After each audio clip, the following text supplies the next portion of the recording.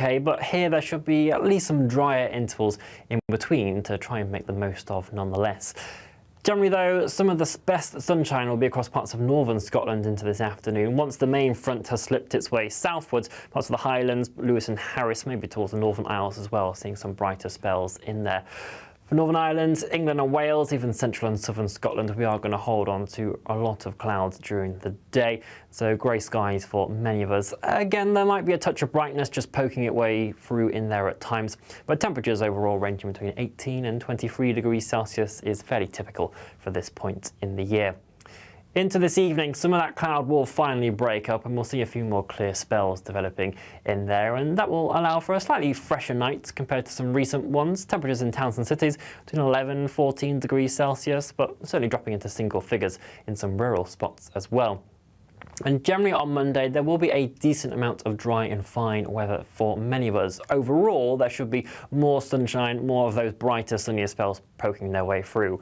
I can't rule out the odd shower though, popping up in places, so it is still worth bearing in mind that. But generally, if you are on the summer holidays, there will be a fair amount of fine weather and feeling pleasantly warm in that sunshine with temperatures a notch higher than today.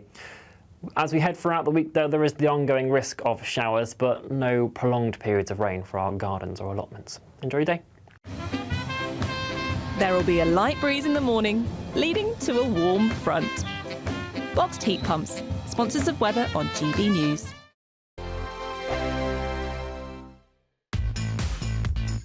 Five hosts, 5 opinions, 5 fearless debates, 5 unfiltered takes on the day's news. 5 reasons not to be anywhere else on Saturday night.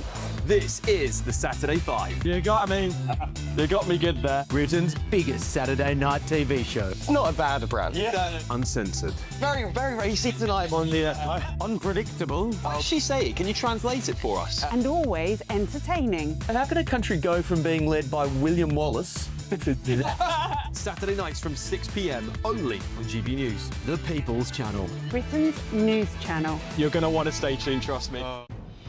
Good afternoon, Britain. Weekdays from midday. Yeah, so I got the news on 4th of April, right in between GB Team Selection Series, which hurt even more because I was leading in the points. But all of a sudden, I get a phone call being told you're banned from attending any part of UK premises, banned from speaking with your teammates or staff, which was the most brutal part of it, and suspended, or whatever word you want to use. I think, though, Kurt, that posting subscription-only saucy content online might get you in a little bit of trouble, or did it not cross your mind?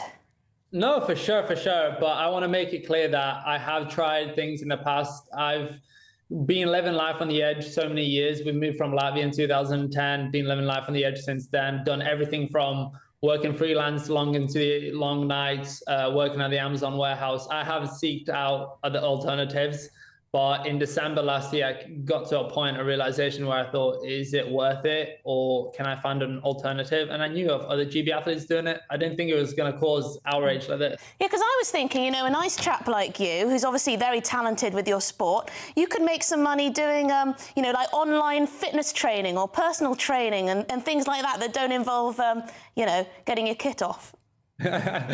No, for sure. I've been making content for like 6-7 years now. Over 1,000 of the pieces of content have been inspirational, motivational. I've visited over 30 schools in the UK, going to the hardest parts of the UK, inspiring kids from underprivileged backgrounds to get into sport. I've tried that, but I don't know. I found that in this day and age, unless you are smart or find some little controversial thing you can hold on to, it's going to be hard to get attention and sponsorship. GB News, the People's Channel. This is Britain's Newsroom, where your voice matters. It's just astonishing. With expert analysis and honest opinion, we don't just keep you informed. We bring you unique perspectives you won't see anywhere else. Can't argue with any of that. When the news happens, it happens here. On Britain's Newsroom, weekdays from 9:30 a.m. Only on GB News.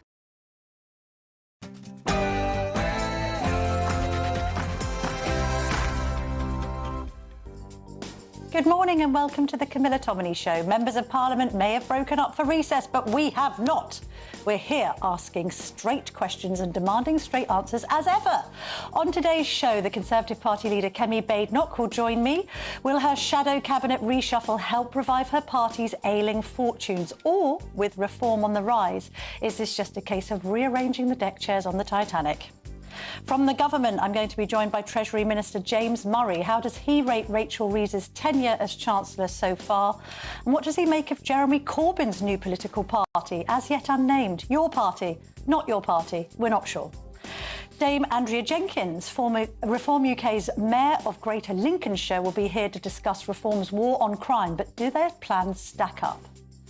Prime Minister Keir Starmer faces calls to recognise Palestine as a state from over a third of MPs. We're going to be speaking to Sir Vincent Feen, former Consul General to Jerusalem. And President Trump is back in the UK for the first time since his re-election. What will be on the agenda with his meeting with the Prime Minister on Monday? GB News' Bev Turner will be joining me from Glasgow later. She's been on Air Force One and we want all the gossip. As ever, we've got 90 minutes of punchy politics to come, so do not even think of going anywhere.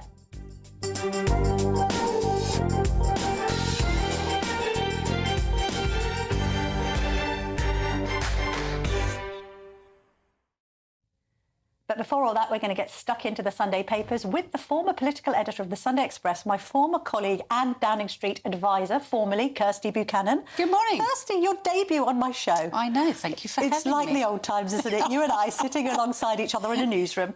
Let's get stuck into the stories then. So, migrants and migrant hotels. Hardly surprising, but the Telegraph's got a good angle on their front page, Sunday Tell. Police unit to monitor anger over migrants. That's just what we need, Kirsty. Yes. More thought policing at this difficult time. Yes, more social media policing. The National Internet Intelligence Investigations Team will be monitoring our thoughts about migrant hotels. Look, I mean, I know, clearly there is an argument here about free speech. Obviously, Farage has already called this a very sinister move by the police. Chris Philp, the Shadow Home Secretary, has said this is about policing public opinion. Yeah.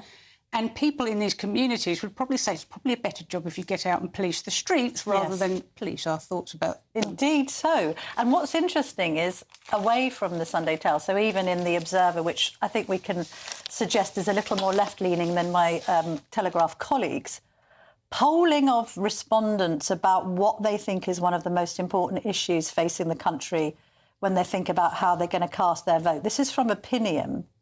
Health is still up there from 56% to 55%, but immigration has shot up. So it was a third concern after the economy. Now it's a second most important concern to people. So this whole leeching of protests from Epping across the country, I mean, how worried should we be about all this? Or probably I should ask you, how worried should Number 10 be, Kirsty? Well, I think obviously the anniversary of Southport is next week. Yeah, Tuesday, You'll have seen very quickly, I actually watched it in real time on social media, this rumour go around on social media that a hotel in Canary Wharf was about to take all those migrants from the hotel in Epping. And within half an hour, a protest had been organised outside the Britannia Hotel. I think there's a very real risk, and actually Number 10 thinks there's a very real risk of social unrest over these migrant hotels. Rather than Number 10 briefing out their discussion about it in Cabinet, as we saw this week, we saw this extraordinary briefing out about the Cabinet meeting and Angela Rayner, the Deputy Prime Minister, worrying about social cohesion. Yes. I think people would say, do something about it. You promised to close migrant hotels. That action is too slow. You promised to smash the gangs. We've seen a 48% increase in migrant crossings in the first 6 months of the year. I think what they want to see is action on that rather than rhetoric and complaints about far-right thuggery on our streets. It's so weird, isn't it? Because we've got a former lawyer here. He never ceases to remind us that he's a former head of public prosecutions at the CPS, and yet actually, the only person who's connected on Law and Order this week has been Nigel Farage with his crime announcements on Monday. So Keir Starmer's not cutting it. He's going to be probably humiliated by Trump if Trump's rhetoric around Emmanuel Macron is anything to go by. No one's listening to him. No one's listening to Europe. And we're all, allowing ourselves to be invaded. Yeah, look, I mean, it's extraordinary that when you think about the run-up to the election last year, Labour campaigned quite a lot on crime and law and order. It it was always one of those things that felt like it'd been focus grouped up, and there was a very real concern about breakdown of law and order on our streets. And in office, very little has been done about it. Violence against women and girls, which they pledged to halve. Where is the update? Where is the progress on that? Smashing the gangs, no real action on that. In fact, they've had a complete volte-face on that, and now we're looking at deterrence again as opposed to enforcement. They just seem to be sort of stuck in the mud on this and completely out of tune with where public opinion is on this. I think people are very concerned about these hotels, and, you know, Labour is simply not moving fast enough to shut them down. And actually thinking back to Southport and that first anniversary, you know, that's where the rot started, really, isn't it, for Keir Starmer? He turns up there in the aftermath of the death of those 3 lovely young girls and, of course, the whole of the dance class being hurt and physically and mentally affected by what went on that horrific day. And he was very badly received because there is this sense that he's out of touch with the public. On Trump and Starmer meeting, quite a little funny line in the Mail on Sunday. Liz Truss is up there. She's at Turnberry playing golf with her daughter, incidentally to this whole meeting. Completely coincidental, apparently. Long-term plan. Bit weird. I don't know whether she wants an audience. But what's your feeling on Trump and Starmer? It's quite warm words towards the Prime Minister from the US President this morning or yesterday, but I can't see them being natural bedfellows. Starmer obviously has a lot of domestic difficulties. I think one of the few areas where he's managed to make some progress is in terms of his relationship with Trump. Ultimately, Trump will do what Trump wants to do. But there is an ability there for him to get an audience with Trump, to press some of his case. I think it's very useful in that regard that he didn't go for what has been demanded of him all week, which is to recognise a Palestinian state. I think that gives him more of an audience with Trump to press the argument about restarting those ceasefire talks. So he is quite a decent Trump whisperer, but ultimately, you know, Trump won't be controlled by anybody. No. And we are coming to grips with the fact that we are relatively powerless on an international stage right now. We can press our case, and he likes Starmer. I think he said he's a bit more of a liberal guy than I am. He likes Starmer and he'll listen to Starmer, but only up to a point. I know, because I thought that whole comment and dismissing Macron, I thought, well, if you're going to dismiss Macron on this, you may as well dismiss Starmer and anybody else who is in a leadership position in Europe, except perhaps Giorgia Meloni, who he seems to have respect for. He made that point about, well, there are some countries that are able to control migration in Europe. One thinks he must be referring to Italy there. We've got, a huge amount of coverage on the latest situation in Gaza, lots of photographs, Kirsty, of Palestinian children begging for food. As you say, the rhetoric from Downing Street doesn't seem to be around recognising Palestine. It seems to be around ceasefire. And we did hear this morning that Israel have tactically paused fighting. We don't know how long for, but do you think this whole recognition of a Palestinian state that was recommended by David Lammy earlier in the week, the Foreign Secretary, isn't going to wash? I don't think it's going to wash now. I think Starmer has made his position quite clear that you can only play this card once, right? And if you play it now, you lose the leverage when you're trying to negotiate a sustainable peace deal off a ceasefire. In fairness to the Prime Minister, he's right about this. Right now, the maximum pressure must be brought to bear on securing that ceasefire deal. Now, Hamas put a load of extra conditions on the deal last week, which is why it fell to pieces. I think the United States said, look, they're not good faith actors in this. And Qatar and Egypt, who are also intermediaries in this, have said, look, you know, they've put some more conditions in. Clearly, Hamas, you know, it benefits them to string this out. They've got maximum leverage at the moment. If they get for a ceasefire, they lose all the political leverage they've got right now. So they're really trying to up the ante on this and sort of string this out for as long as possible, because there's nothing that benefits Hamas from actually reaching a ceasefire from which you can get a sustainable peace deal. Also, the idea of recognising Palestine as a state legitimises them. We've got the Israeli ambassador to the UK today warning that that's just going to be rewarding rape and murder. I'll be putting all of this to James Murray and indeed Kemi Badenoch a little later. And Europe is split on this. Yes. Italy doesn't recognise a Palestinian state yet. Germany doesn't recognise a Palestinian state yet. You know, Ireland, Spain do, and now France. Right, let's move on to slightly lighter fare. The Lionesses. We're keeping our fingers and toes crossed, aren't we? The girls, the ladies, are across the front pages of more or less all of the papers. They're playing Spain tonight in Basel, in Switzerland. What's the prediction, Kirsty? Can they beat the Spanish? Well, obviously, I'm going to say that we're going to triumph. I mean, I'm still recovering from the semi-final. I know, the extra time. My goodness me. Was an absolute heart-stopper. But what it does show, I think, the nation, is that no matter how down we seem to be, we will keep on fighting. We did it in the quarter-final with those penalty shootout, which was another heart-stopper, and we won, which is a new experience for England fans the world over, actually winning in a penalty shootout. Showing the men how it's done. We fought to the very end in the semi-final to get there. This has not been an easy road for us. We are the underdogs, but one thing I do know is that they will give it 110% tonight, and if we're lucky, we might just do it. Fingers and toes crossed for that. One final thought. How do you deal with seagulls in Sulcombe, Kirsty? I ask you that because I know you live by the seaside. I do. So Stephen Walker, who's the manager of the Ferry Inn in Sulcombe, has got so fed up with being bombarded by seagulls and bothering his guests. He's put these seagull guns on all the tables. Not real guns. Water guns. OK. I stress, water guns. That hasn't stopped animal charities complaining. Oh, come on, animal charities. Illegal to injure them, but this just simply water gun, they're seagulls. I mean, they're diving in and out of water the whole time. I have to tell you, it is a war out on the coast. I saw a man the other day trying to punch a seagull that kept repeatedly going for his cheese straw in the street. These things are deadly. A bit of water will not hurt them. They need to be taken on. Kirsty Buchanan, lovely to see you this morning. I'll let you go back to the seaside, enjoy some sunshine this weekend. But thank you for joining me. Coming up next, as I say, I'm going to be speaking to James Murray, the Exchequer Secretary to the Treasury. Don't go anywhere. This is the Camilla Tominey Show, only on GB News. I hope we haven't forgotten anything. Travel insurance, I tick that box. Yeah, but remember what you forgot last year. All Clear Travel Insurance sponsors GB News Travel Destinations Forecast. If you're holidaying across Europe at the moment, conditions are quite varied depending on where you're going. For Iberia, it's fine and settled with some warm sunshine. There were a few showers across parts of the Pyrenees. Some heavier showers and thunderstorms developing around the Alps and down through the Balkan regions as well. The heat wave that we've had across the eastern Mediterranean recently is beginning to ease, and so it's a touch fresher for Greece now, but parts of Turkey could hold on to the heat until later on next week. All Clear Travel Insurance sponsors GB News Travel Destinations Forecast.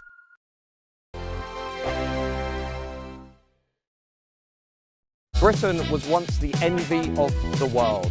But look around. A nation that no longer knows what it is or where it's going. A country that's broken. How do we fix Britain? How do we bring it back? Friday night with Matt Goodwin at 8 p.m. Only on GB News. You've read the headlines, you've heard what those in power have to say.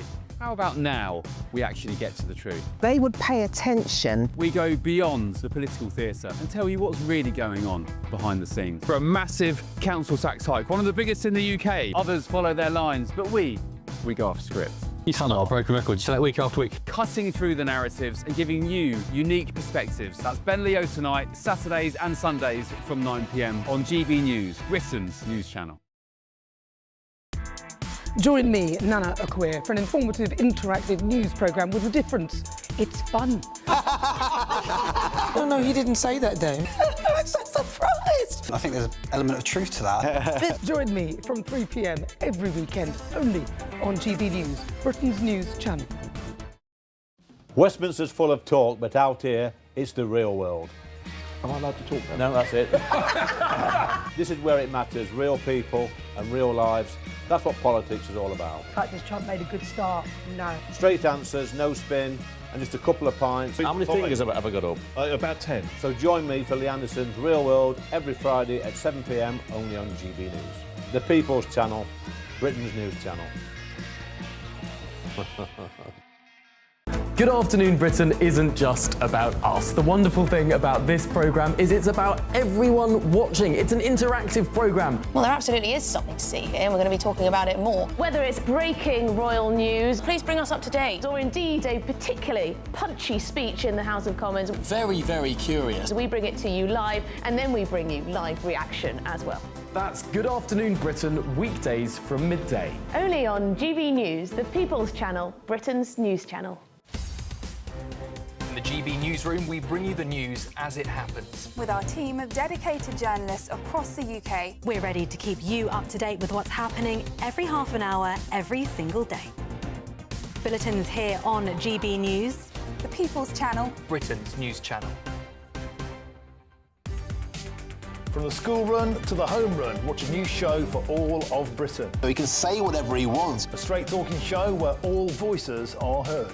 And, you know, when are we going to stop talking about smashing the gangs and actually do it? With the stories that matter from every part of our country. There's a bit of a crash landing there for your Chancellor. Bold, fearless and standing up for you. That's me, Martin Daubney, 3 p.m. till 6 p.m, weekdays, here only on GB News. The People's Channel, Britain's news channel.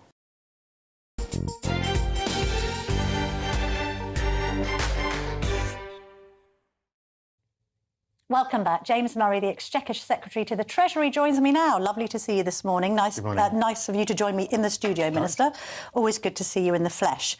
Let's start with the economy. We raised this on the show last week. We know this statistic about a millionaire leaving the UK every 45 minutes.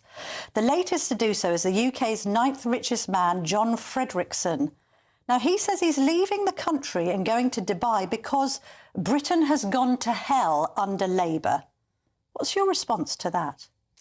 Well, look, I'm sorry that he feels that way, because obviously we want people to stay in the UK and to invest in businesses here and to create jobs and wealth in the UK. And what we're determined to do is to get the economy growing, because we know that the way to have more money in people's pockets, the way to have more funding for our public services in the long run is through economic growth. And that's why we're so focused on that as a government. But it's not going very well, is it? Growth is now negative in May, down 0.1%.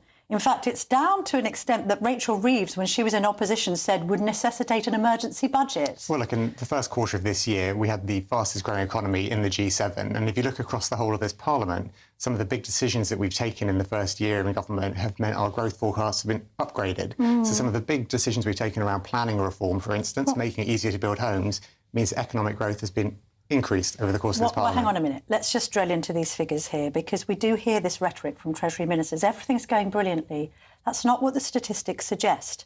So we had that 0.1% fall in May after 0.3% in April. Obviously, you're talking about the first quarter, but that was before the budget changes kicked in April. April was known as awful April by some in economics because of the impact of that budget. We've got inflation now up to 3.6%. We've got unemployment up to 4.7% from 4.4% in January. We've got almost 110,000 fewer payrolled employees since March. We've got the worst job market slump in more than 4 years. And as I say, we've got 16,500 millionaires having fled the UK. So it's not gone well, has it?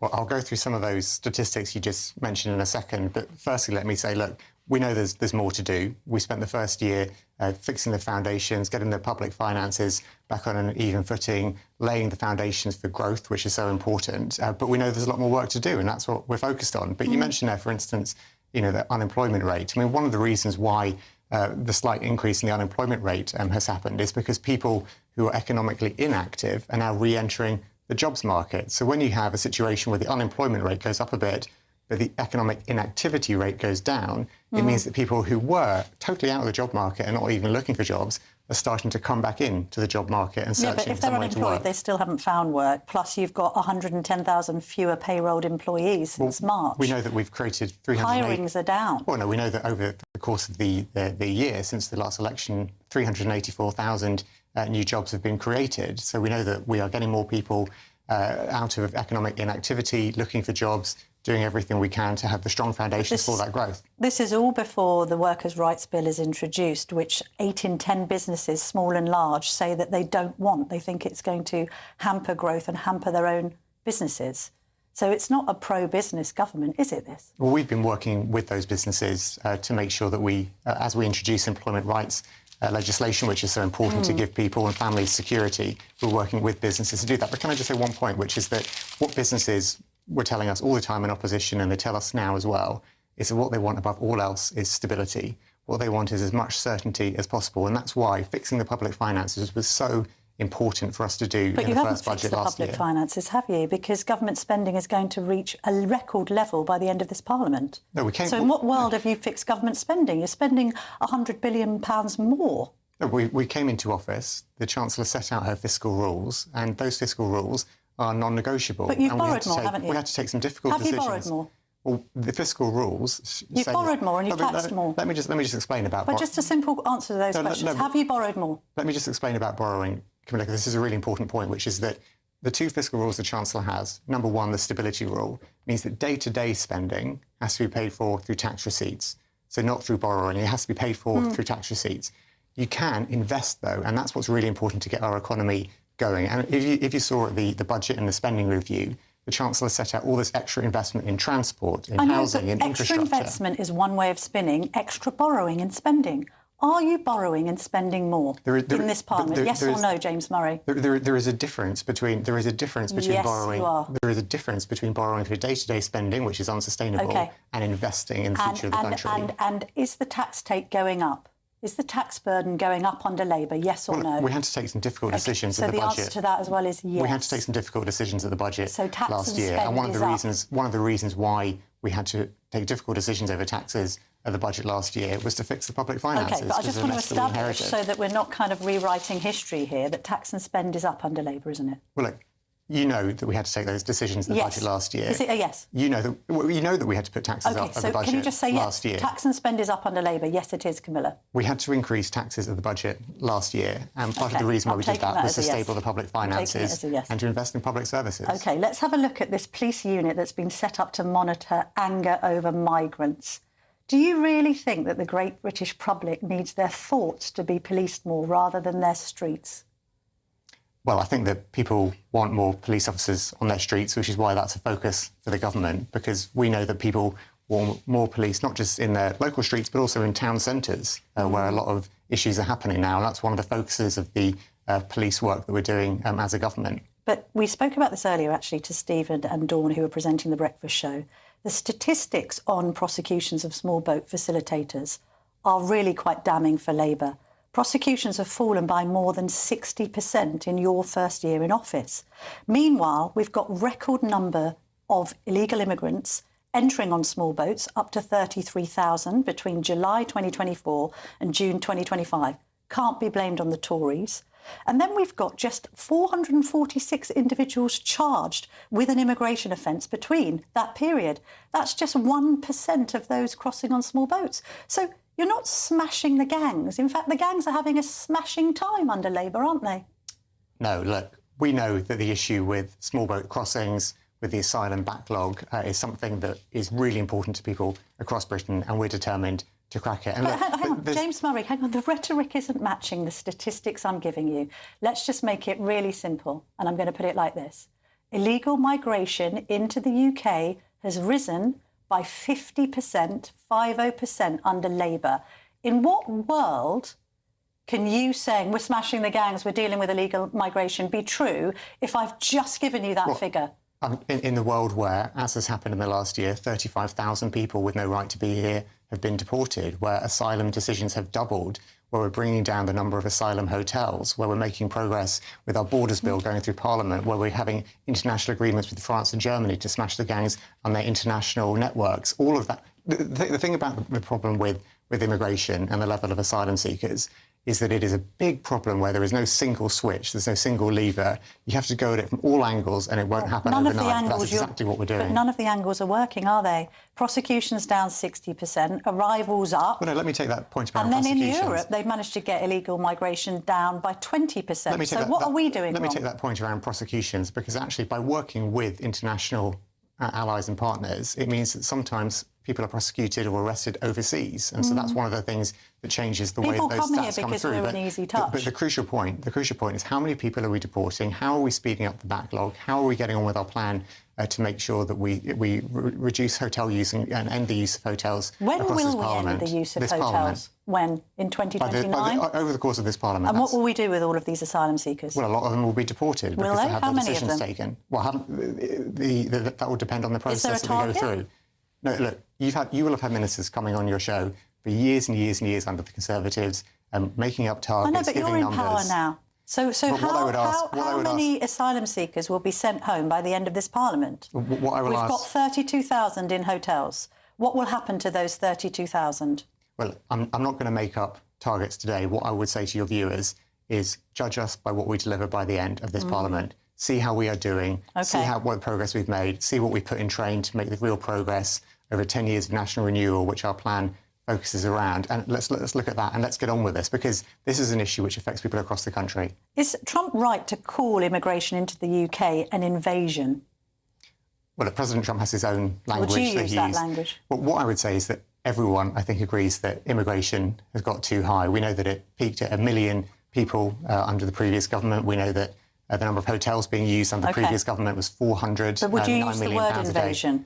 Well, as I say, President Trump has got his own use of language. But what I would say is that we are starting to bring down the level of migration. We're starting to make sure we reduce hotel use. But there's a lot more work to do, because this is a big problem to crack. We've got less than a minute left, so I'll ask you a quick question about your former Labour colleague, Jeremy Corbyn, now more popular than Keir Starmer. When asked whether they had a favourable or unfavourable view of Corbyn, 25 said favourable, 62 said unfavourable, but compared to Starmer, only 23% said favourable and more said unfavourable, 67%. So this man that drove Jewish MPs out of the Labour Party is now more popular than the Prime Minister after a year of Starmer in office. What does that say about Starmer? Well, look, Keir Starmer is focused on delivering our promises to the British people, and that's what our government is all about. It's all about putting more money in people's pockets, getting NHS waiting lists down, improving schools. It's about getting the economy growing. That is what we're focused on, and we will be judged by delivering. For 16 and 17-year-olds has backfired terribly if Corbyn benefits. Well, no, look, you have to work out what age you think people are able to vote at. They're going to vote for Corbyn. And we think well, look, and Farage. This is not about who people vote for. This is about the principle of when people should be engaged in the democratic process. And it was in our manifesto about reducing that age to 16. All right, one manifesto pledge that you did keep, James Murray. Thank you very much indeed for joining me in the studio. Coming up next, I'm going to be speaking to Kemi Badenoch, the leader of the Conservatives, who can perhaps address some of what James Murray has just told me. Be back in just a jiffy.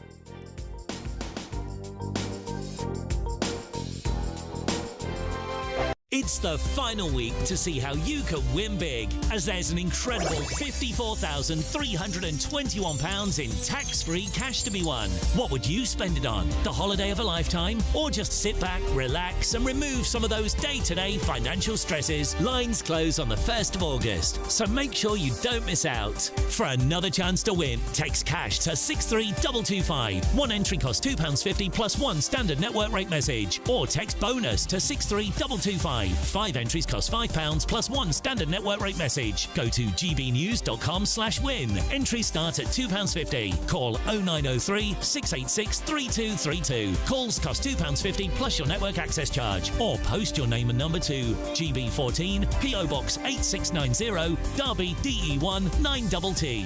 UK only. Entrance must be 18 or over. Lines close at 4 p.m. on the 1st of August. Please check the closing time if listening or watching on demand. Good luck. This is GB News, Britain's news channel. It's completely unacceptable to have a biological man in a female-only changing room.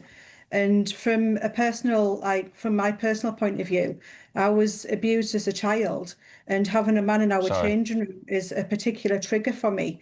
And the Trust just did nothing about it, so we had to take things further. So you complained to the Trust about this. You and your colleagues got together, and they just ignored you. They didn't really care about it. Not a day. They didn't care at all. We wrote a letter of concern. 26 of us signed it, and the response was that we needed to be re-educated. We needed to broaden our mindset, and they backed this trans person 150%. So, Karen, this person who identifies as Rose, on one occasion they were staring at you or your colleagues' breasts in this changing room and asking, are you getting changed yet? Another of your colleagues had a panic attack. I don't think it was you. Is that accurate? That was me. And what do you make of people who call you a TERF or a bigot for complaining about this kind of thing? Because that's what they say. They do, yes, but there's been loads of positivity out there for us. There's loads of positive comments, and I'm not a bigot. I'm not a TERF. I'm just fighting for what's right. I want to feel safe when I get changed. Yeah. There's what's happened to me could have happened to other people, and I want to be a voice for them to stand up and come forward and say this is not acceptable. Karen, you're a brave lady, you and your colleagues, and I'm glad, actually, it was Wes Streeting who intervened in the end, one of the more competent Labour ministers, who told Darlington Hospital, sort this out, pull your finger out, don't be so ridiculous, and he got involved and he sorted it out for you. GB News, the People's Channel.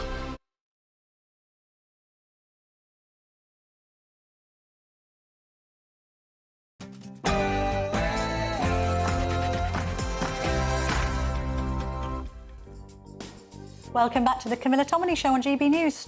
Lots still more to come. We're going to be hearing from the Tory leader Kemi Badenoch, Dame Andrea Jenkins, formerly a Conservative, now the Reform Mayor of Greater Lincolnshire, will be here to discuss the party's war on crime. Going to be speaking to Sir Vincent Feen, who will talk to me about Palestine diplomacy and what's next for Britain's role in the Middle East. And Bev Turner is live from Glasgow to cover President Trump's first UK visit since his re-election. All of that's still to come, so don't go anywhere.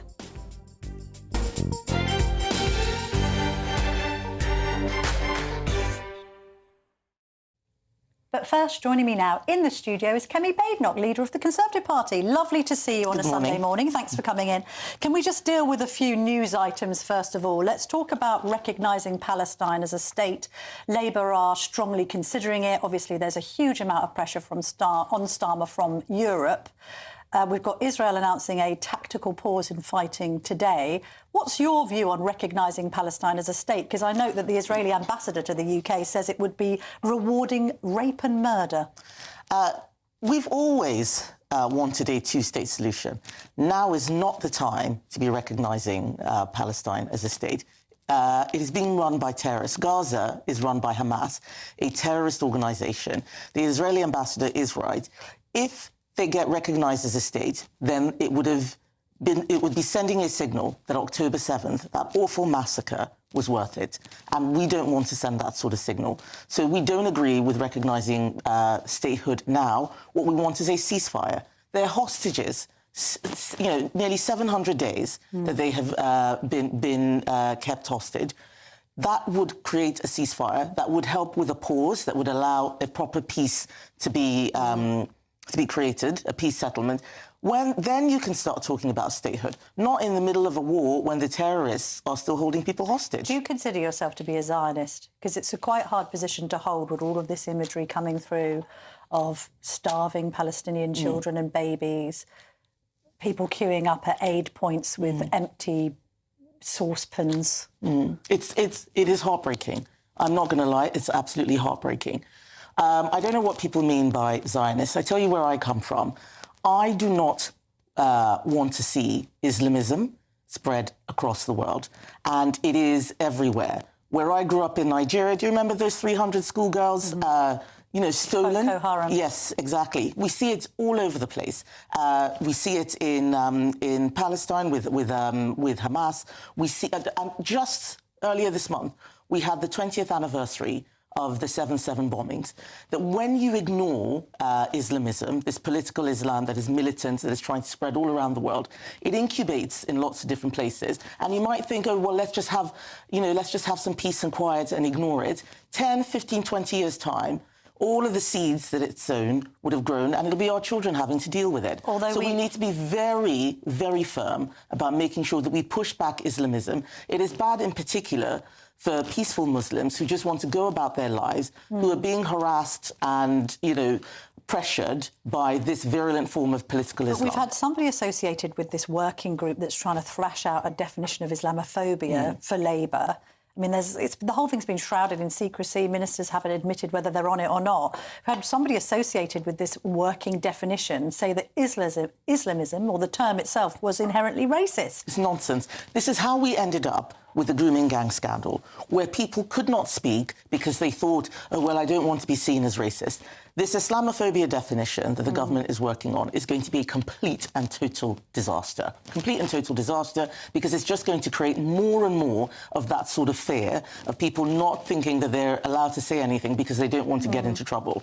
And we see it restricting all sorts of public bodies. I speak to police officers all the time, and they say that they're worried because they're being watched constantly. They don't know when they can go in and when they can't, because the law is, is often confusing. Expectations are confusing. Yeah. This definition of Islamophobia will make things worse. Although many will say this all bubbled up under the Conservatives. David Cameron had an opportunity to prescribe the Muslim Brotherhood back in 2014. Nothing happened. You've now got all of this negative sentiment bubbling up. We've now had a poll, I think it's by YouGov, suggesting that 53% of the population do not think that Islam aligns with British values. So all of this unrest is a product of 14 years of Tory rule, as well as whatever Labour's doing on this issue. You have to accept that. I disagree. We have seen Islamism creep across the world. And David Cameron did prescribe other groups. But not the Muslim Brotherhood, which many campaigners, including on your side, say is absolutely key to cracking down on some of the madrasas and mullahs in this country. We could have a totally separate show on why or why not it was not prescribed. That's David Cameron. The Conservative Party is under new leadership. What I'm saying right now is that we need to crack down, particularly on immigration, that is allowing many people with a criminal background to come into the country, many people with ideas that are not compatible with British values to be here, and then they use a lot of our legislation, definitions of Islamophobia, etc., to cover themselves. We need to keep our eyes open. We never had this definition over 14 years in government. We were quite serious about what the problem was. There would have been, decisions made for all sorts of security reasons about who and who not to prescribe. There would have been advice on that. Yeah. But right now, what we see is, a grooming gang scandal, for example, that showed that a lot of stuff is happening under the radar in our country, and that's why there is unrest. But it's not under the radar now, is it? The public sentiment towards, for instance, the migrant hotels. You're an Essex MP. You represent Saffron Walden down the road in Epping. There have been these protests. We now see them spreading out across the country. It's largely mums and dads and grandpas and grandmas worried about their children. Yes, that's right. And we now hear a police unit is going to monitor anger over migrants. The Home Office is going to have a team examining social media posts to spot signs of potential civil unrest. Well, I think this is where the government needs to be very careful. They will say that the police have operational independence, but as we saw in Southport last year, the government response, if badly handled, can actually create a lot more unrest. What I've been seeing in Essex is actually local people saying, we don't want our girls being harassed by people in migrant hotels. We, the Conservatives, have been calling for that specific hotel to be closed down, because you have to show people that there is a response when they have legitimate concerns. And then what happens is that while they're protesting, you get all these agitators turning up from all sorts of groups on the left and right who are looking for a fight. That's what the police should focus on, not the everyday people who are talking about what's happening in their community. In retrospect, the use of migrant hotels in general, which began under the Tories, do you agree with that? It began under the Tories. Was a mistake. This was always going to be a tinderbox. It's a tinderbox, but the root cause is the small boats. We tried. I admit we didn't succeed. We tried to stop the boats. We need tougher policies. Rwanda never got off the ground.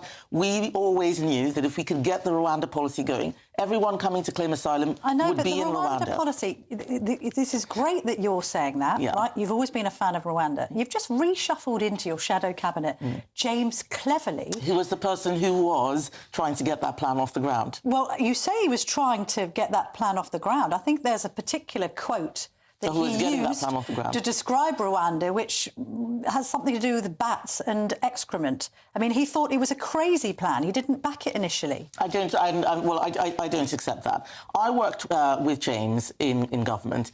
In private, he allegedly called the Rwanda plan, I'm not going to swear, but bat something. Well, crazy. Well, I don't. Those are alleged comments. I can tell you what I saw, what he was doing as Home Secretary, and that was getting that plan off the ground. We had a general election where it was one of the things that we needed a mandate for. We didn't get it. Labour scrapped it, and everything's got worse. We know that there were some people who were, diverting to other countries because they knew that they might get sent to Rwanda. We need a third country deterrent. Without that, we're just going to get more and more people coming to our shores, and then they've got to be put somewhere. I mean, I know we can't put the genie back in the bottle, but Sunak should not have called that election until the first flight took off, and then we would know if it was a deterrent or not, and Labour would have less reason to scrap it. Labour in Australia carried on with the Liberals' plan of processing people in Nauru because they knew it would be a success. If I had a time machine, there's a lot that I could do. I don't have a time machine. All I can say now is that the Conservative Party, under my leadership, has much tougher policies on migration. All right. And you will find out at our party conference, which I hope you'll be attending, exactly what we're going to be doing with the Convention on Human Rights. Because we've got a talk about a summer of discontent because of the migrant hotels, and now we've got talk of strikes until November. Would you be tough on junior doctors, now called resident doctors, and say, actually, if you're in the medical profession, you're not allowed to go on strike at all?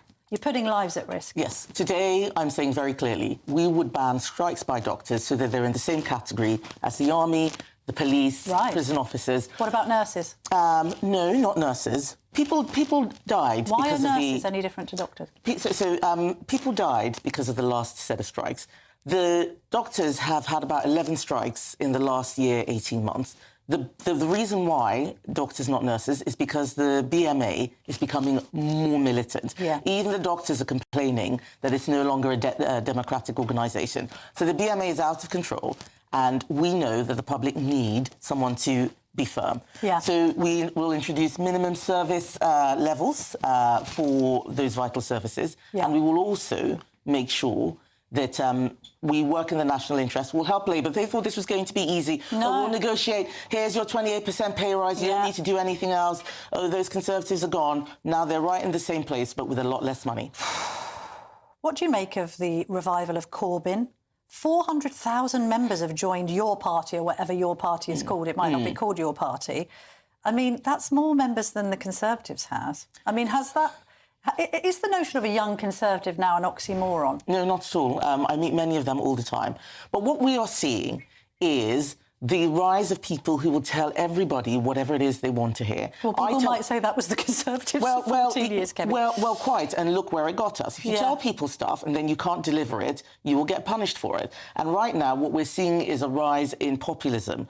Parties, like whatever, Corbyn's is like Reform, they're telling people everything. I tell people... But they're doing well, aren't they? Yeah, they might be doing well, but there's no general election tomorrow. It's in 4 years' time. 5 years ago, if Corbyn had splintered off, you'd be rubbing your hands together with glee, going, oh, brilliant, the vote on the left has been split, the Conservatives are going to benefit. Your poll rating doesn't change at all with the emergence of Corbyn. The only person that really benefits once again is Nigel Farage. Who is just Corbyn with a pint and a cigarette. Well, it's the same thing. Nationalisation. That means politicians running businesses. You must more welfare. When we are spending, so much, we're borrowing for welfare. I know you're a tough bird. You must have watched Farage announced his crime and punishment stuff on Monday and absolutely loved it. Most right-wing people did. So let me tell you something.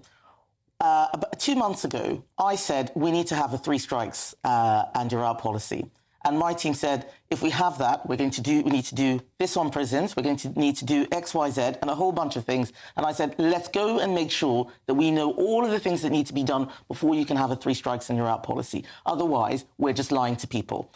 And that's what we're working on right now. You can't be arguing against 30,000 more officers and 30,000 more prison spaces. All of that sounds lovely, abroad, but how are you going to do it? How are you going to do it? Well, Just saying, I could stand up and say, we're going to have 100,000 more police officers, and we're going to make sure that not a single person gets to these shores. Otherwise, the Royal Navy will make sure that they're sent around us straight away without any idea how we're going to do it. That's what Corbyn's doing. That's what Farage is doing. I'm not going to do that. I'm going to be honest with people. There are some things that we need to make sure we have full plans for, and then we will announce them. I mean, generally, you must have quite liked the cut of his jib. I mean, he was speaking in a way that we would have been associated with Conservatives back in the 80s and 90s. I don't think so, actually. I think he's just telling people what they want to hear. Conservatives in the 80s and 90s didn't just announce random things just so that they could get a clap and get applause. We have to be serious and honest. Are you happy with this reshuffle? Why didn't you bring Suella Braverman back in from the cold, not least after she's been shafted by Reform and her husband?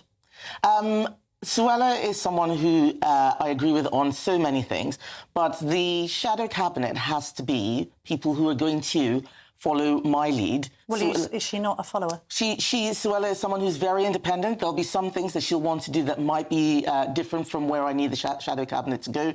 We give people a lot of latitude, but right now, what I need is a team of people who are going to be out there pushing for many of the things that I've been talking about. Our deportation bill, net zero being an impossibility. But that means having a lot of people around the table who may not necessarily have, some of their own different All right, so you're saying she's not a team player? That's not what I'm saying at all. There are many people who I'd love to have in the shadow cabinet, but right now, I think people just want to see the Conservatives saying where we're going to be taking the country, what our vision is, what is the direction, rather than who is sitting and not sitting in the cabinet. What about people like Jake Berry, formerly of your parish, who came on my Daily Tea podcast in the week and said, no, Kemi's toast, and so are the Conservatives. She's only going to last a matter of months.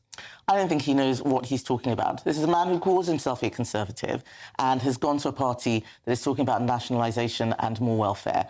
Right now, what I'm saying is that the Conservative Party is changing. And if people don't like what it is changing to, then they will end up going to other parties, but people need to know what we stand for. At the last election, the most frequent thing I heard was people saying, well, we don't know what you're about anymore. We have got to fix that, and that's going to take time. So Kemi Badenoch's not going anywhere? No. All right. Thank you very much indeed for joining me today. Have a nice summer. Thank you, Lovely Camilla. to see you in the studio. Well, thank you very much to Kemi. And coming up next, her former colleague, Dame Andrea Jenkins, is going to join me to discuss Reform UK's law and order agenda. Let's see whether she can respond to what the Leader of the Opposition has been saying. This is the Camilla Tominey Show, only on GB News.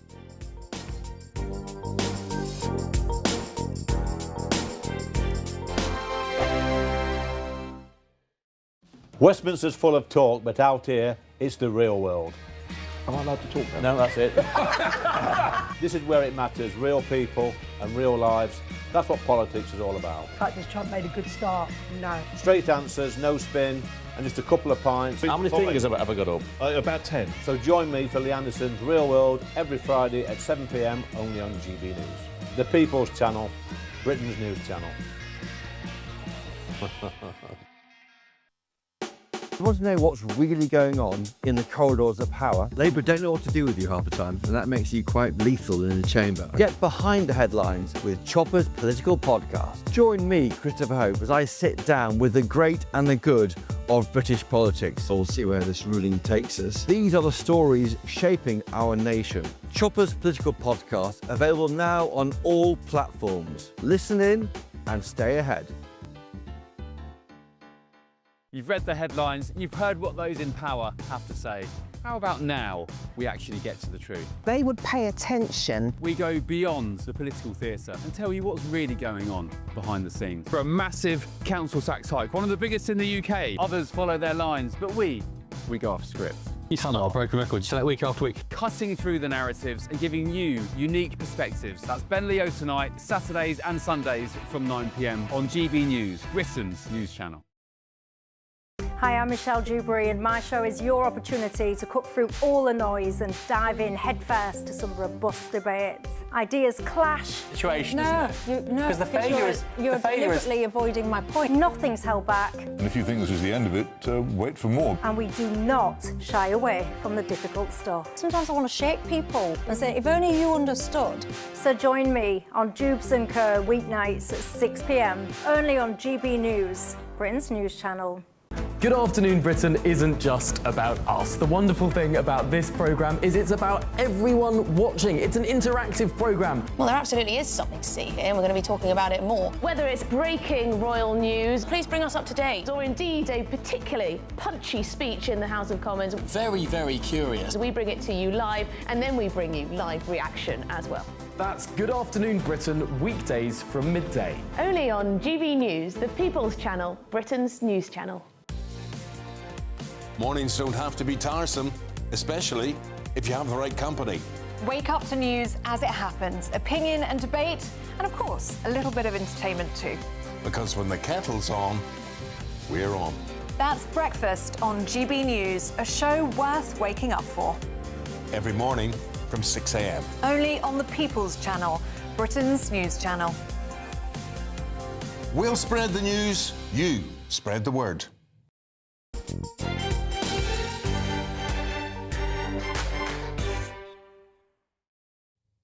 Welcome back. Joining me now is Dame Andrea Jenkins, Mayor of Greater Lincolnshire and a leading voice for Reform UK. Andrea, lovely to see you on a Sunday morning. Oh, pretty in pink. Lovely. Oh, thank you. Pretty in yellow.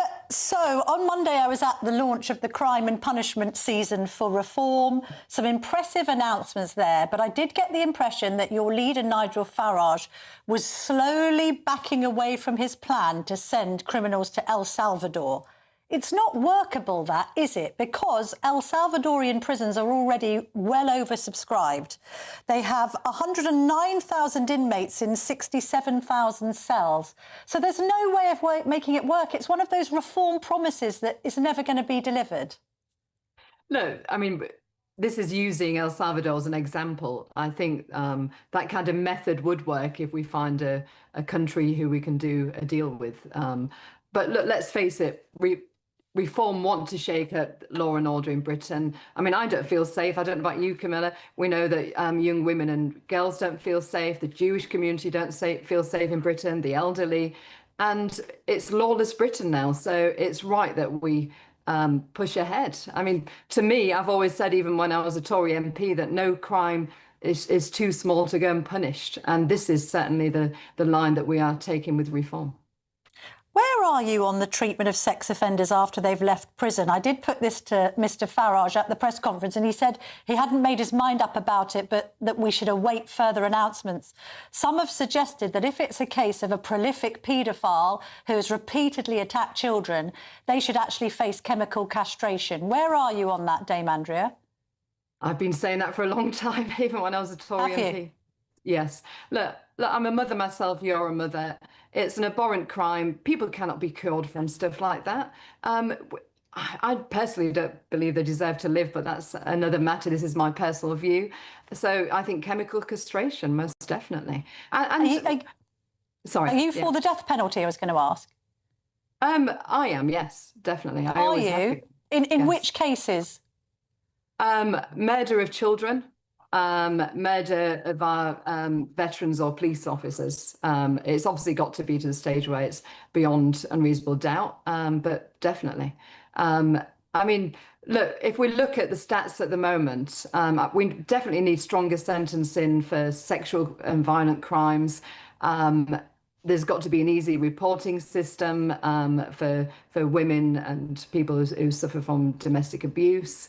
But also, if you look at the county lines at the moment, they're moving from drugs to phone theft, but if you look at Lincolnshire, rural crimes, I don't think any government, unfortunately, has really tackled that. And I mean, that's on the up, and it's apparently 3.4 million farming thefts in the UK. And in Lincolnshire alone, Camilla, antisocial behaviour and violent crime is worse than the national average in 3 key areas: Lincoln, Skegness and Boston.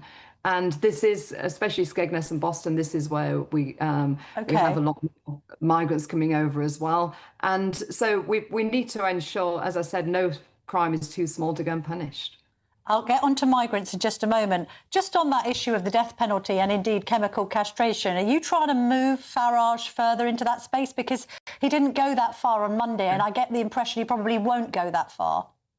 No, I mean, look, even when I was a Tory MP, I didn't try to move the Conservative Party that way, because I think there'd have to be a referendum on something so big. So you've asked me for my view. That's my personal view. Yeah, no, you're entitled to a view, of course. Absolutely. When we come on to migrant hotels and some of the protests we've seen in Epping, and now they're actually sort of spilling out into other areas of the country, what's the situation in Lincolnshire? We've talked in the past, haven't we, about migrants being in hotels, and you'd rather they were in tents. Do you still stand by that, Andrea? What do you want to do about the 32,000 migrants that are currently in a hotel accommodation in the UK? Look, I mean, as we discussed when I made that statement, Camilla, this is actually putting an end to soft touch Britain.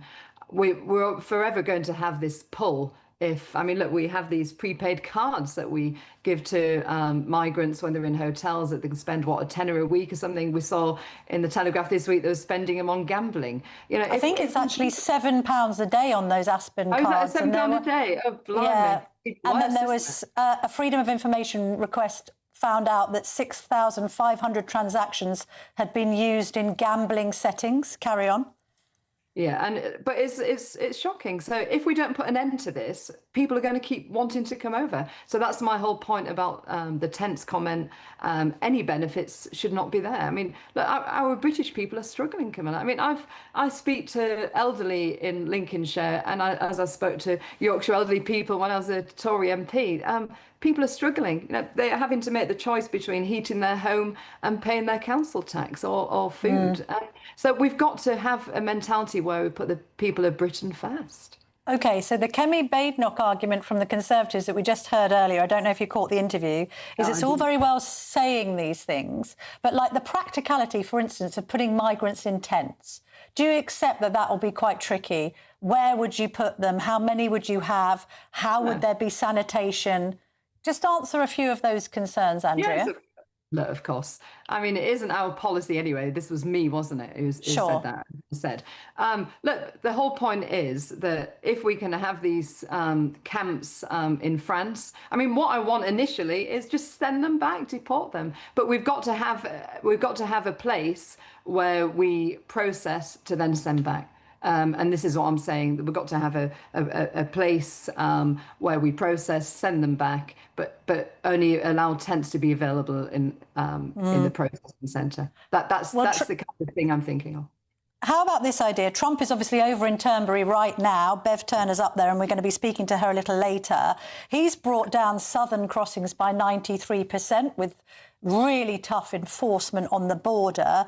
We've also had a number of Republican politicians actively moving migrants into Democrat areas and saying, well, look, if you like migrants so much, you have them in your constituency. Is that something that Reform would consider? Send them to Bristol? Send them to Brighton? No, I don't. Look, I mean, we've even seen it with antisocial behaviour, even when I was a councillor in Lincolnshire, where you have alcohol disbursement areas and it just actually pushes people further out into the villages, etc. It doesn't work. And if you're a government, you've got to govern for the whole of the country, haven't you? And so that wouldn't work. To me, it's about being tough on crime. And this will also, if we're and being soft-touch Britain and we're tough on crime as well, because, I mean, we don't know if we're importing criminals at the moment. We need to see more transparency in crime stats, don't we? So I think on that subject, we've got in front of me now the Sunday Telegraph. Taliban fighters on mercy flights to Britain. As a result of the Afghan data breach, we now understand that sex offenders, corrupt officials and people imprisoned under the US-led coalition are among those who have been accepted for resettlement in the UK after an apparent failure of vetting procedures. So this is an investigation that we have done as part of that operation to bring people over here after the data breach. I mean, it's just shocking, isn't it? And I'm so disappointed in the previous government that, when I was an MP, we didn't get to know about these because there was no scrutiny. I mean, they could have actually made a private session on the floor of the House of Commons to have truly debated it, couldn't they? And so it's truly shocking, the cover-ups and the timing that was until after a general election. But it's wrong, Kim. I mean, I recall being in the chamber saying that we should publish the stats of crimes per nationality. And I got booed by the Labour Party, the Green Party, the Lib Dem. And I think, unfortunately, these parties are out of touch, aren't they, with the people in Britain. If you can't see where you're importing what you're importing and the crime levels, then how can you fix the problem? You can't. OK, final kind of party-related question. Should Zia Youssef stop tweeting so much? We did have this unfortunate retweet of something anti-Semitic towards Robert Jenrick, who's married to a Jewish woman. Did you have words on behalf of your former colleague in the Conservatives? Is he tweeting too much? No, I did speak to Zia, of course I did. Did you? And what did you say? I'm not going to disclose what I said, but look, I do speak to Zia on a regular basis. I speak to Nigel, I speak to Richard, work closely with Richard in Lincolnshire. Look, mistakes happened. Zia said it was somebody that was scrolling through Twitter and someone in this team liked it. We've got to accept our colleagues' words for it. Zia's doing a great job with Doge and saving taxpayers' money, and I want him to come to Lincolnshire. So long may he continue and come to Lincolnshire and sort the finances out here. That's what I'd like to see. All right. Thank you very much for your time as ever, Dame Andrea. Lovely to see you this morning. And you. Thank you. Take care. Bye. Coming up next, we're going to be discussing the situation in the Middle East with Sir Vincent Feen. He's going to discuss the calls for the Palestinian state to be recognised and also just to discuss Britain's very delicate diplomatic balancing act, not least with that critical meeting between Starmer and Trump tomorrow. This is the Camilla Tominey Show, only on GB News.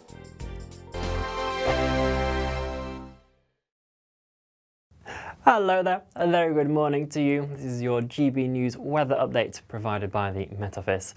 It is going to be a cloudy day for many of us, and whilst there's a scattering of showers for some, the most persistent rain will be up towards the northwest of the UK as we see this cold front slipping into parts of Scotland. Rain could be locally heavy for a time, and it will be quite breezy as that pushes in, generally moving eastwards during the day, breaking up into quite heavy, potentially thundery showers across eastern Scotland later.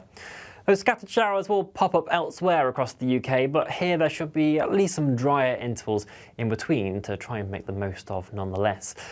Generally though, some of the best sunshine will be across parts of northern Scotland into this afternoon. Once the main front has slipped its way southwards, parts of the Highlands, Lewis and Harris, maybe towards the Northern Isles as well, seeing some brighter spells in there. For Northern Ireland, England and Wales, even central and southern Scotland, we are going to hold on to a lot of clouds during the day. So grey skies for many of us. Again, there might be a touch of brightness just poking its way through in there at times, but temperatures overall ranging between 18 and 23 degrees Celsius is fairly typical for this point in the year. Into this evening, some of that cloud will finally break up and we'll see a few more clear spells developing in there, and that will allow for a slightly fresher night compared to some recent ones. Temperatures in towns and cities between 11 and 14 degrees Celsius, but certainly dropping into single figures in some rural spots as well. And generally on Monday, there will be a decent amount of dry and fine weather for many of us. Overall, there should be more sunshine, more of those brighter, sunnier spells poking their way through. I can't rule out the odd shower though, popping up in places, so it is still worth bearing in mind that. But generally, if you are on the summer holidays, there will be a fair amount of fine weather and feeling pleasantly warm in that sunshine with temperatures a notch higher than today. As we head throughout the week though, there is the ongoing risk of showers, but no prolonged periods of rain for our gardens or allotments. Enjoy your day. At GB News, we love to hear from you, our loyal community. So drop us a line at gbnews.com/yoursay. There you can talk to each other and also to the presenters live on air.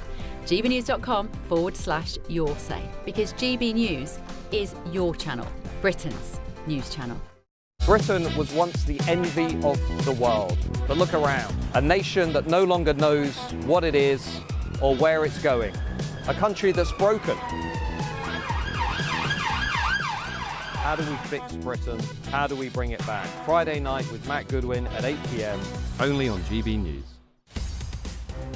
In the GB newsroom, we bring you the news as it happens. With our team of dedicated journalists across the UK, we're ready to keep you up to date with what's happening every half an hour, every single day. Bulletins here on GB News, the People's Channel, Britain's news channel.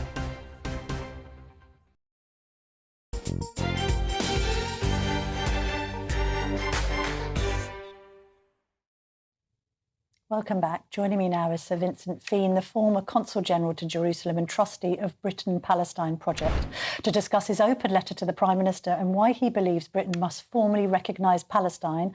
Lovely to see you this morning, Sir Vincent. Thank you very much indeed for your time. What's your overall analysis of where we are? Because we've got these awful images of Palestinian children queuing up for food. We've got both the UN and indeed the Red Cross talking about starvation in Gaza. We've then got the Israelis who have temporarily paused the fighting, they say for technical reasons, saying that there are 1,000 aid trucks waiting to get in. What do you think is the truth of the matter as it stands right now? I tend to believe the UN, the Red Cross and the British doctors operating under severe pressure in Gaza. The situation is dire, beyond dire. Hamas committed a war crime in Gaza on the 7th of October 2023, and still does by holding those poor benighted hostages. Israel is committing multiple war crimes in Gaza now, particularly by a policy of starvation. Let's hope that today's announcement by the Israeli Defense Forces means an end to that policy, but we will only know that when the UN can get those thousands of trucks into Gaza. At the moment, there are two angles, Camilla. One is the humanitarian, where I hope Keir Starmer will talk to Donald Trump about that tomorrow, but also the political. And as you said, our charity, the Britain-Palestine Project, is keen to see Britain join France in recognising the state of Palestine. meaning equal rights and mutual security for Israelis and for Palestinians. OK, but then critics of that idea, and they would include naturally the Israeli ambassador to the UK, Zipi Hatovli, has said that if you do that, if you recognise Palestine as a state after what happened on October the 7th, and in mind of the fact that there are still hostages in captivity in Gaza, all you're doing, and I quote her, is rewarding rape and murder.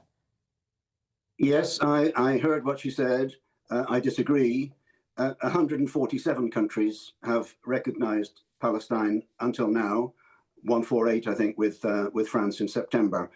It is not right to say that 147 countries of the UN 193 are rewarding terror by recognising Palestine. What recognition means is equal rights. And I firmly believe that what Israel needs in the long term is security, the right to exist, clearly, security. And what Mr. Netanyahu has given them so far is the semblance of security, but they don't feel safe. And obviously, the Palestinians are very much under the cosh. That's worse than that in Gaza, but also in the West Bank with settler violence and the expansion of illegal settlements. So the way forward, in my opinion, is negotiation, multilateral to start with. And there's a conference coming up in New York tomorrow that David Lammy will be at, focused on the two-state solution. The government that the ambassador represents has set its face against two states, but it is the policy of the world. It is the policy of the international community, including the Palestinians, that there should be two states and equal rights. But then previous offers of statehood to the Palestinians have been rejected. There are always, there's always recriminations after the failure of a process. What we need now is a new one, a new process, one that is based on international law. And we have a government that came into office saying that it would uphold international law, follow the rulings of the International Court of Justice and the International Criminal Court. I would like to see our government held to that. And that's partly what the letter that you mentioned, that I co-wrote with others, is about. A call for action, not just words, but that the UK government should act on those two fronts, humanitarian and political.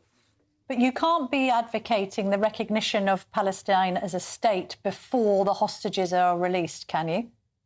Yes, you can. The British government has said that Israel has no veto on our sovereign decision.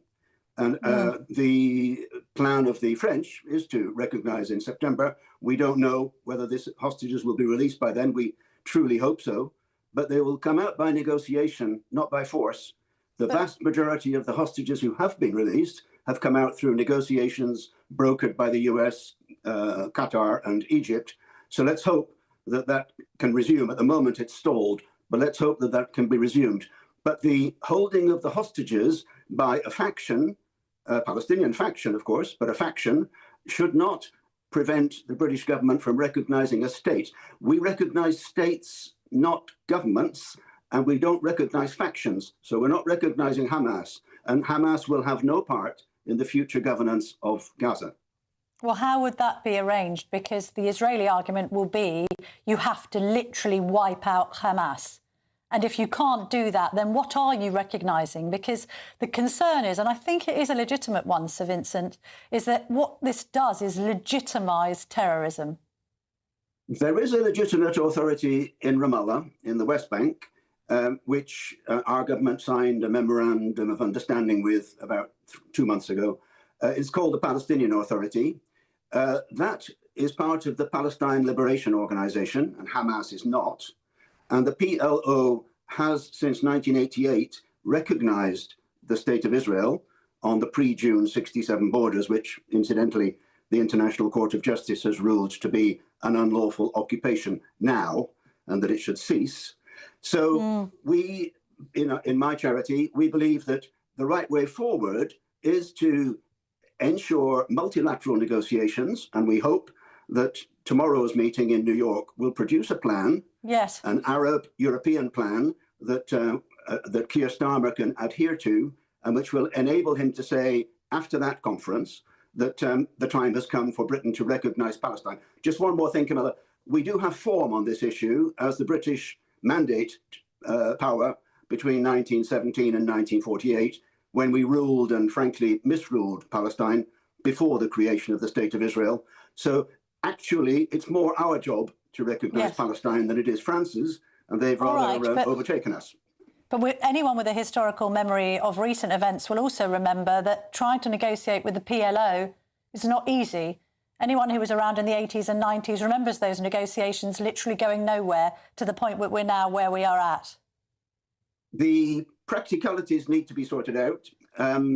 The idea of moving the settlements in the West Bank and removing the settlers, that could perhaps be done by land swaps between Israel and Palestine.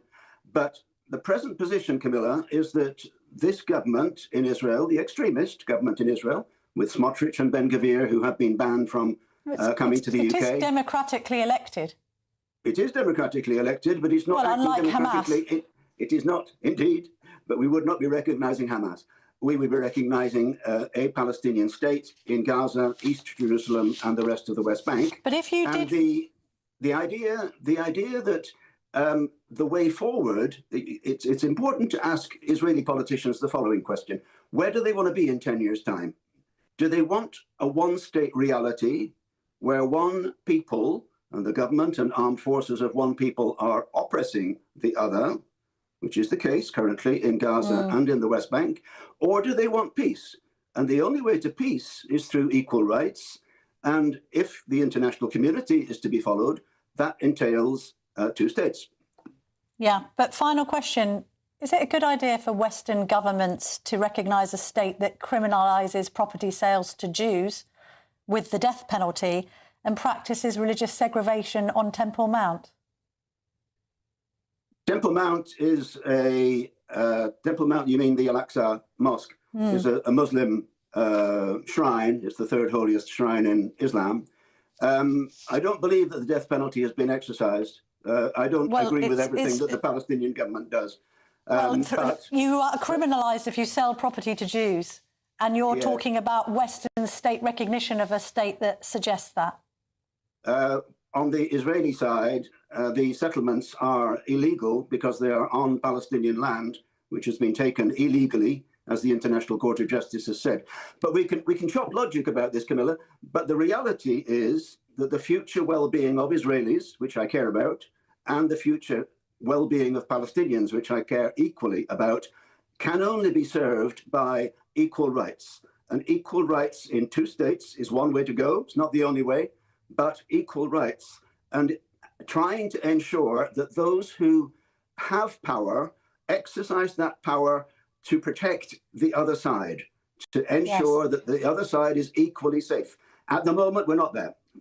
All right. So, Vincent, you make a good case. You make a good case for peace and indeed a ceasefire. Thank you very, very much indeed for joining me this morning. Great to speak to you.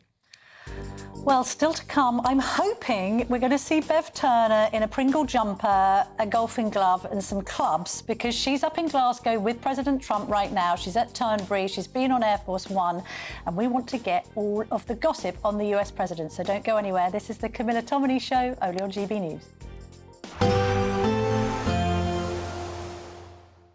I forecast a perfect holiday in the sun. Weather looking good then? For sure, and no worries about our travel insurance. All Clear Travel Insurance sponsors GB News Travel Destinations Forecast. If you're holidaying across Europe at the moment, conditions are quite varied depending on where you're going. For Iberia, it's fine and settled with some warm sunshine. There were a few showers across parts of the Pyrenees. Some heavier showers and thunderstorms developing around the Alps and down through the Balkan regions as well. The heat wave that we've had across the eastern Mediterranean recently is beginning to ease, and so it's a touch fresher for Greece now, but parts of Turkey could hold on to the heat until later on next week. All Clear Travel Insurance sponsors GB News Travel Destinations Forecast.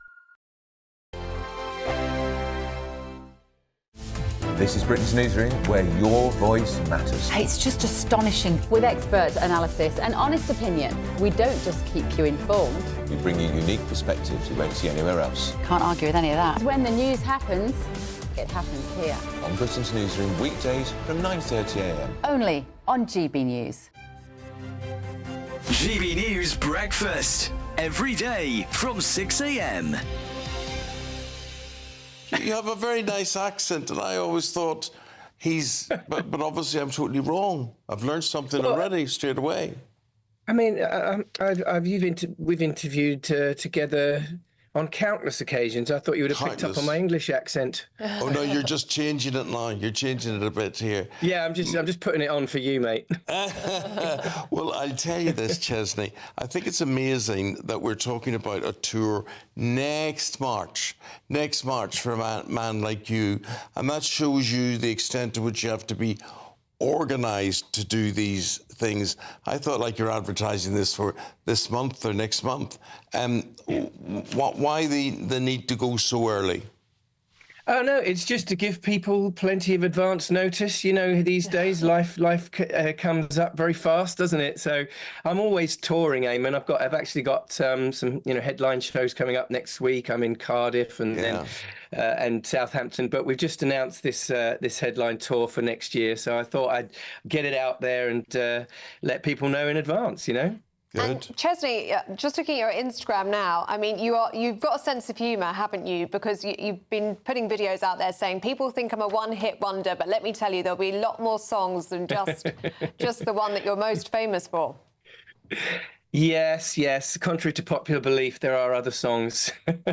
So looking forward, I've got a new album out right now, Ellie, and it's all been very, very well received. I'm so honoured and grateful for that. And so, yeah, I'll be performing some of this new album out on the road soon. You guys should come. GB News, the People's Channel.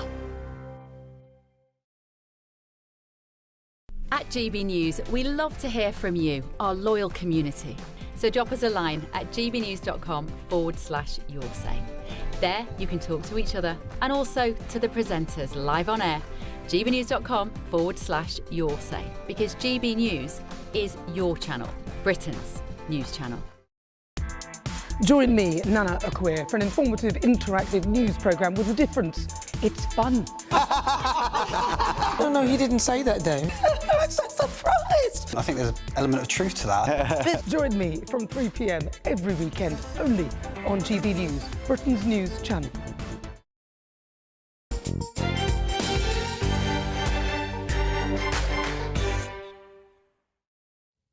Welcome back. Joining me now, live from Glasgow, is GB News' Bev Turner with the latest on President Trump's first UK visit since being re-elected. Bev, I wanted to see you in a Pringle jumper with some kind of like sun visor on and golf gear, but actually you're looking super slick and professional because you've been on Air Force One. What was it like? I have.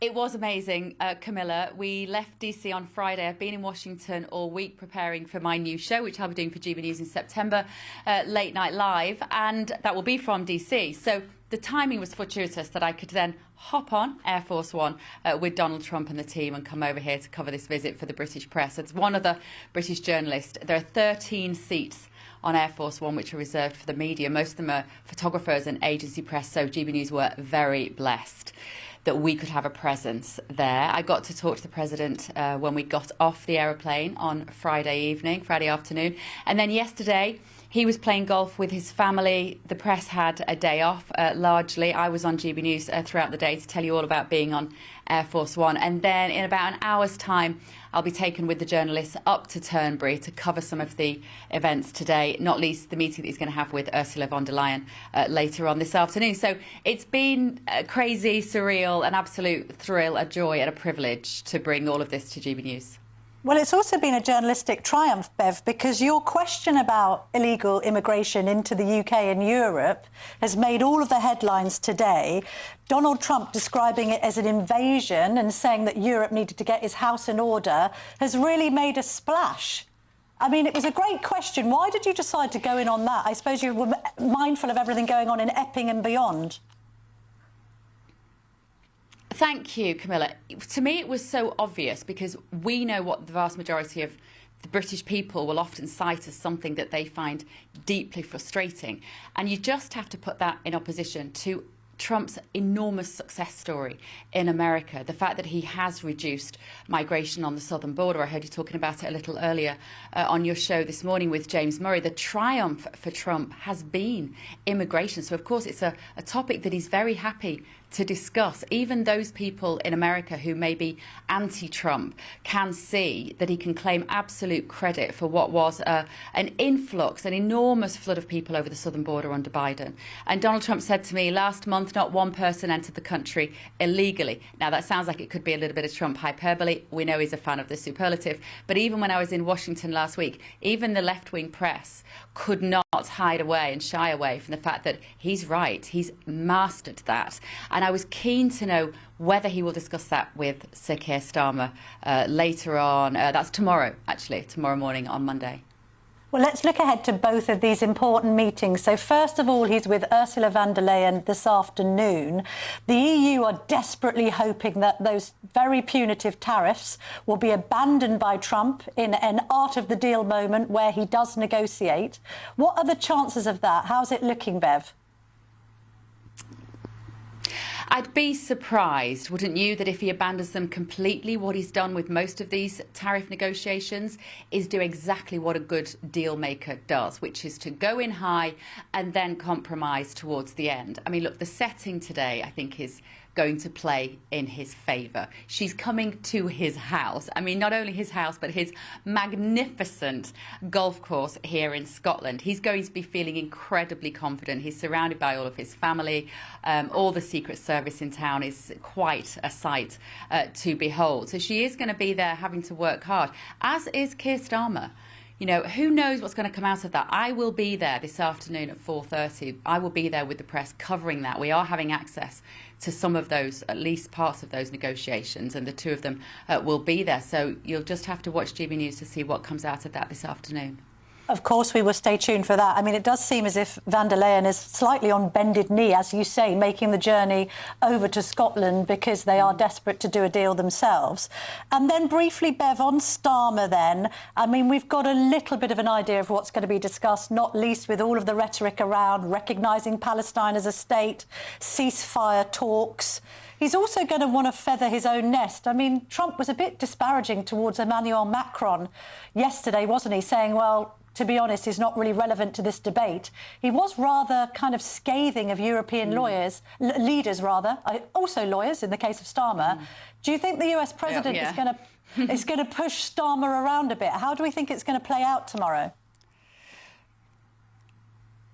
I think, for me, one of the most disturbing build-up, the aspects of the build-up to this meeting, is that we're talking about Keir Starmer's to-do list as being Gaza and Ukraine.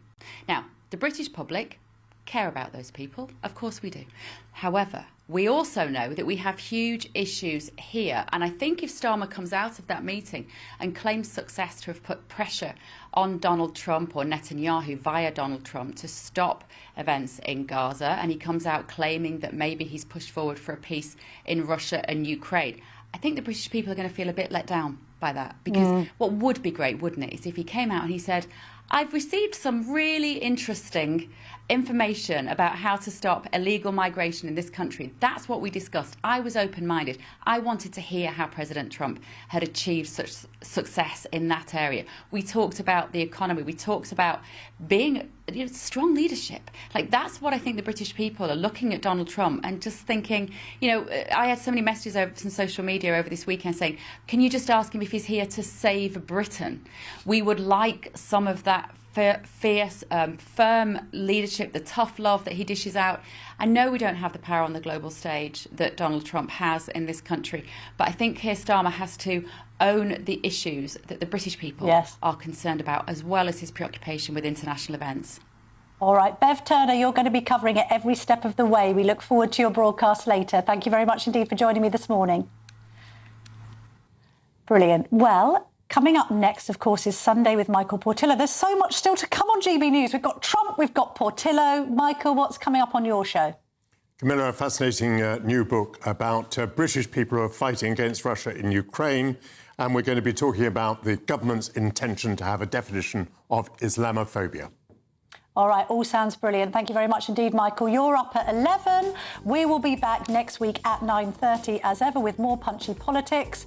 We've got some weather, I think. I might be going on a summer break for a couple of weeks, but somebody will be covering, and we'll be covering all of the topics, including Trump. Stay tuned to GB News.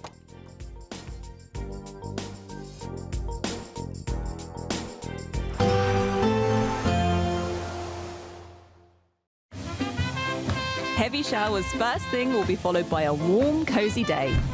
Boxed boilers, sponsors of weather on GB News. Hello and welcome to your latest GB News weather forecast from the Met Office.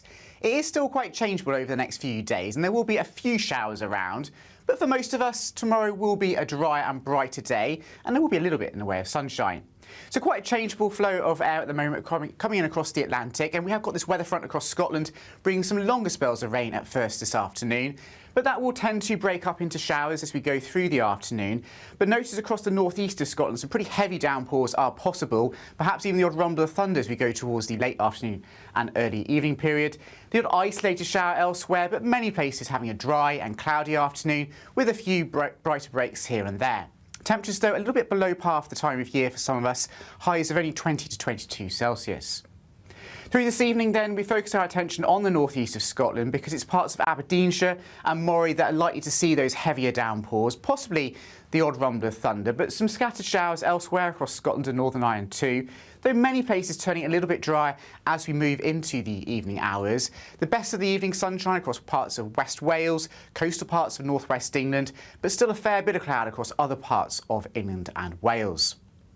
So through tonight then, we will start to see that cloud tend to break up slowly but surely. So many parts of England and Wales seeing some fairly lengthy clear periods developing, but a few showers still across the north and the west of Scotland, moving into northwest England and across Northern Ireland.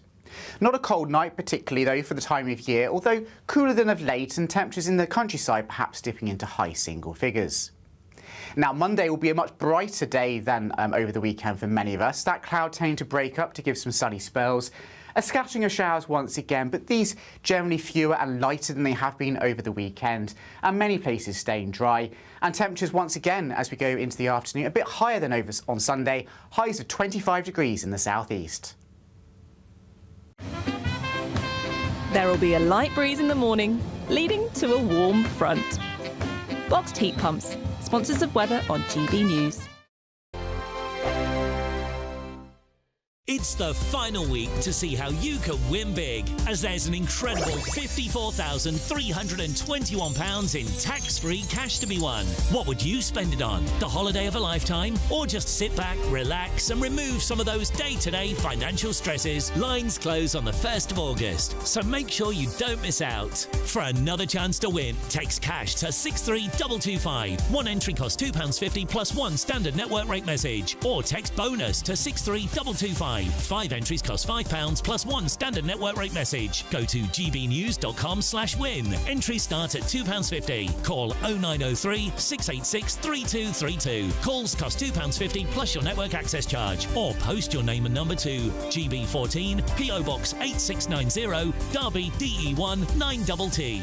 UK only. Entrance must be 18 or over. Lines close at 4 p.m. on the 1st of August. Please check the closing time if listening or watching on demand. Good luck. Good Afternoon Britain isn't just about us. The wonderful thing about this programme is it's about everyone watching. It's an interactive